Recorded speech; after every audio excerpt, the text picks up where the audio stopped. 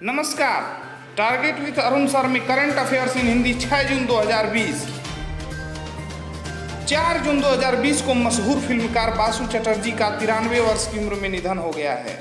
बासु चटर्जी ने हिंदी के साथ साथ बंगाली सिनेमा में भी काफ़ी कार्य किया था। यथार्थवादी फिल्मकार के रूप में पहचाने जाने वाले बासु चटर्जी की फिल्में 70 के दशक की फिल्मों के मूल स्वरूप से बिल्कुल इधर थी। बासु चटर्जी का जन्म वर्ष 1930 को अजमेर में हुआ था और एक लेखक तथा निर्देशक के तौर पर उन्हें उनकी अनूठी फिल्मों के लिए जाना जाता था। बासु चटर्जी ने वर्ष 1969 में आई फिल्म सारा आकाश के साथ बतौर निर्देशक अपने फिल्मी करियर की शुरुआत की थी। बासु चटर्जी की कुछ प्रमुख और लोकप्रिय फिल्मों में शामिल है छोटी सी बात जो 1976 में रिलीज हुई थी, रजनीगंधा 1974, मंजिल 1979, स्वामी 1977 और बातों बातों में 1979। इसके अतिरिक्त उन्होंने दूरदर्शन के लिए भी कई लोकप्रिय धारावाहिकों का निर्माण किया जिसमें ब्योमकेश बख्शी काफ़ी प्रचलित है। बासु चटर्जी भारतीय सिनेमा में 70 के दशक के एक अग्रणी नाम के रूप में जाने जाते थे। भारतीय सिनेमा और खासकर हिंदी सिनेमा में उनके बहुमूल्य योगदान को देखते हुए उन्हें कई बड़े पुरस्कारों से नवाजा गया था। वर्ष 1992 में उन्हें उनकी फिल्म दुर्गा के लिए राष्ट्रीय फिल्म पुरस्कार से भी सम्मानित किया गया। सुमेरु पैक्स रक्षा अनुसंधान एवं विकास संगठन defence research and development organisation DRDO ने सुमेरु पैक्स नाम से एक उपकरण विकसित किया है जो स्वास्थ्य कर्मियों के समक्ष व्यक्तिगत सुरक्षा उपकरण पर्सनल प्रोटेक्टिव इक्विपमेंट PPE के प्रयोग के दौरान आने वाली समस्याओं को समाप्त कर PPE के प्रयोग को और अधिक आरामदायक बनाएगा। उल्लेखनीय है कि कई शोधों में वैज्ञानिकों ने पाया कि PPE किट को 30 मिनट से अधिक तक प्रयोग करने से स्वास्थ्यकर्मी काफ़ी अधिक असहज महसूस करते हैं और काफ़ी लंबे समय तक PPE किट के प्रयोग से स्वास्थ्यकर्मियों को अत्यधिक पसीने जैसी समस्याओं का सामना करना पड़ता है जिससे कार्य की स्थितियां और अधिक चुनौतीपूर्ण हो जाती हैं। इसी समस्या के समाधान के रूप में DRDO ने सुमेरु पैक्स नाम से वायु संचालन प्रणाली विकसित की है जिसे व्यक्तिगत सुरक्षा उपकरण PPE के अंदर लगभग 500 ग्राम वजन के छोटे बैग के रूप में प्रयोग किया जा सकता है।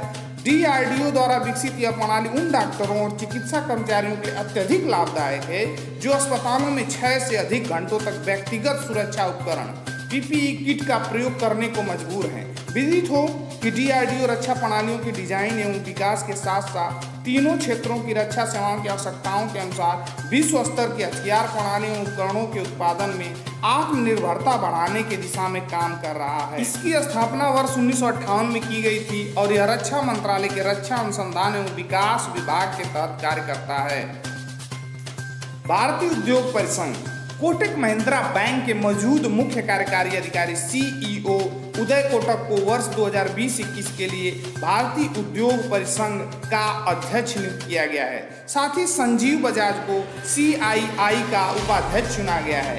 उल्लेखनीय है कि उदय कोटक बीते 2 दशकों से CII के साथ जुड़े हुए हैं और उद्योग संगठन को अपनी सेवाएं दे रहे हैं।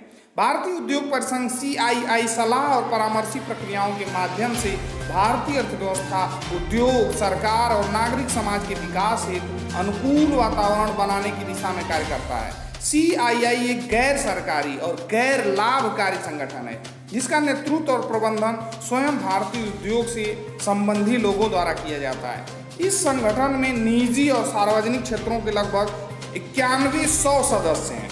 भारतीय उद्योग परिसंघ CII की स्थापना वर्ष 1895 ईस्वी में हुई थी और तकरीबन 125 वर्षों से यह भारत की विकास यात्रा को आकार देने तथा राष्ट्रीय विकास में भारतीय उद्योग की भागीदारी को बढ़ाने की दिशा में कार्य कर रहा है।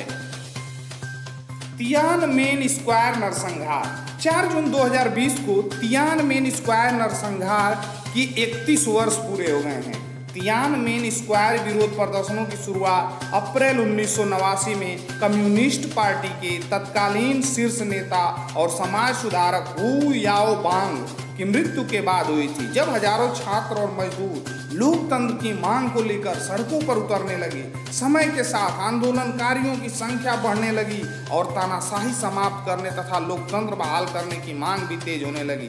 धीरे धीरे विरोध प्रदर्शन इतने तेज हो गए कि चीन की कम्युनिस्ट सरकार को अपने कई कार्यक्रम रद्द करने पड़े। ये विरोध प्रदर्शन चीन की सरकार के समक्ष एक बड़ी चुनौती के रूप में उभरने लगे और अंततः चीन की सरकार ने सैन्य शक्ति के दम पर प्रदर्शन को कुचलने का निर्णय लिया।